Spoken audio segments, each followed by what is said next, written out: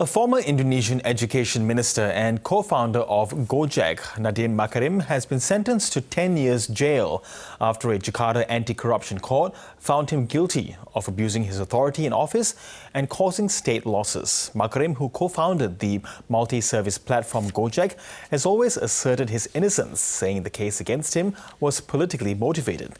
For more on this, we're joined by Tim Lindsey, an Asian law professor at the University of Melbourne. Tim, good to have you on the program with us. Firstly, with Nadiem Makarim, what did he do to find himself jailed for corruption? It's a very hard question to answer, Girish. It's really unclear from the case. The case related to the procurement of Chrome OS laptops and Chrome device management software for Indonesian schools between 2020 and 2022, while Nadiem was Minister for Education. The aim was to provide kids with better access to the internet. Now, in fact, 97% of those laptops were distributed. What the prosecution said was that laptops are overpriced, some of the hardware was unnecessary, others weren't suitable because they didn't have internet. Now, that doesn't sound corrupt, does it? The problem is that Indonesia's Anti-Corruption Act doesn't actually require any intention to defraud or any requirement of deceit. They don't have to have corrupt intent. You don't have to have broken any law. You don't have to have any benefit at all, as long as you can be said to have caused state losses. And the problem is that state losses could be anything. It could be a cost blowout on a government project, or not accepting the lowest tender for a government procurement, even if the tender was poor quality. Or it could just be some other inefficiency that you could point to in a government contract. Now, if the prosecution can establish that, it sort of conflates inefficiency, mistakes, or even just legitimate business risk. If they can show some sort of loss from that, then that's enough to constitute corruption. That's a very, very long way from what most people and what most legal systems around the world would consider so corrupt. So in this particular case, they argued that the delivery of those laptops was in some way inefficient or insufficient, and that led to losses to the state.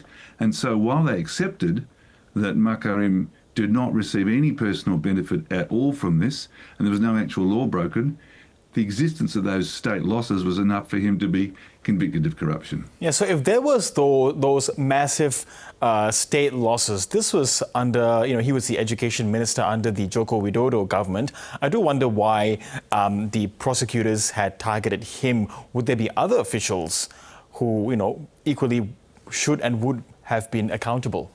Well, I'm not sure that there actually is any loss. The evidence of that is very weak. 97% of all the laptops were actually distributed. The prosecutors used a government auditor to try and prove their state losses, and they didn't use the independent state audit agency that the corruption law and the Constitution Court require. And the government auditor even admitted that he relied on his own estimates, not actual evidence of losses or market survey. And it's hard to see that there were, in fact, any state losses. But Makarim was convicted anyway. So the big question is, I suppose, why, which is the question Indonesians are asking.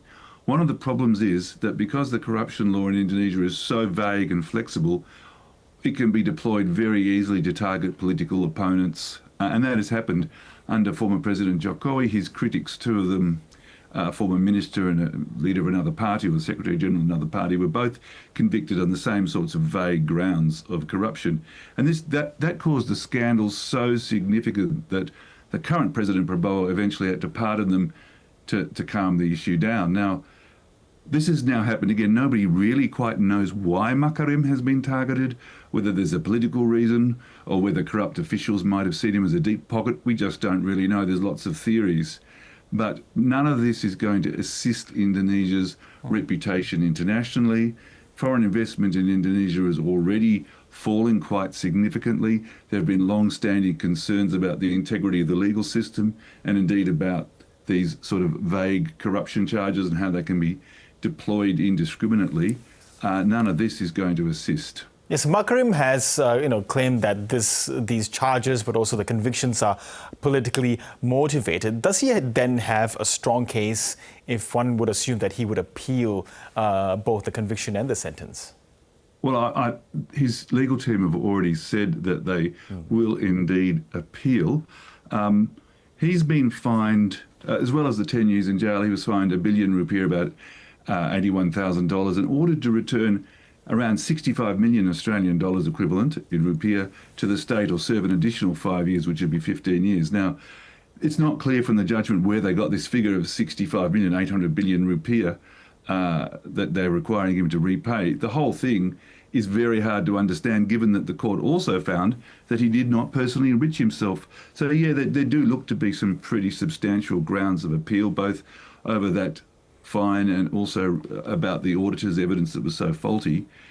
But let's say the court upholds the appeal and this matter continues to be what's become an international scandal, not just an Indonesian scandal.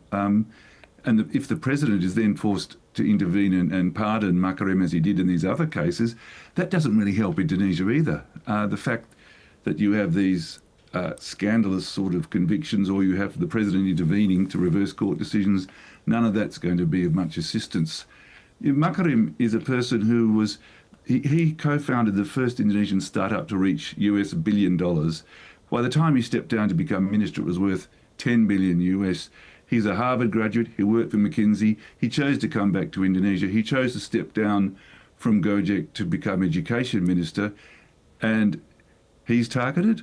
That this is a very bad signal, I think, for anyone considering moving into the Indonesian government or investing there. Yes. So, Gojek is ubiquitous in Indonesia, and a credit, I suppose a great brand, and, so many people who have been there will know and remember that for the services they do provide. I do wonder what's been the public's reaction to his jailing.